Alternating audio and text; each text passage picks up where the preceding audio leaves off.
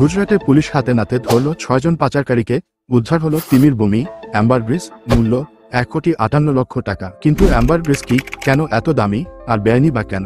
তিমি খায় বিশাল স্কুইড, কিন্তু স্কুইডের ঠোঁট, যাকে বলে স্কুইড বিক, সেটা খুবই ধারালো। তিমির পেটে সেটা সহজে হজম হয় না। এই ধারালো ঠোঁট ঢাকতে তিমির শরীর তৈরি করে এক ধরনের মোমজাত পদার্থ।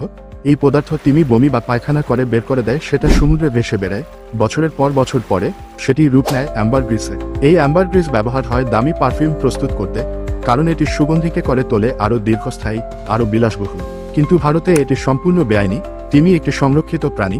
ওয়াইল্ড লাইফ প্রোটেকশন অ্যাক্ট ১৯৭২ অনুযায়ী এর দেহজাত কিছু রাখা বা বিক্রি করা অপরাধ।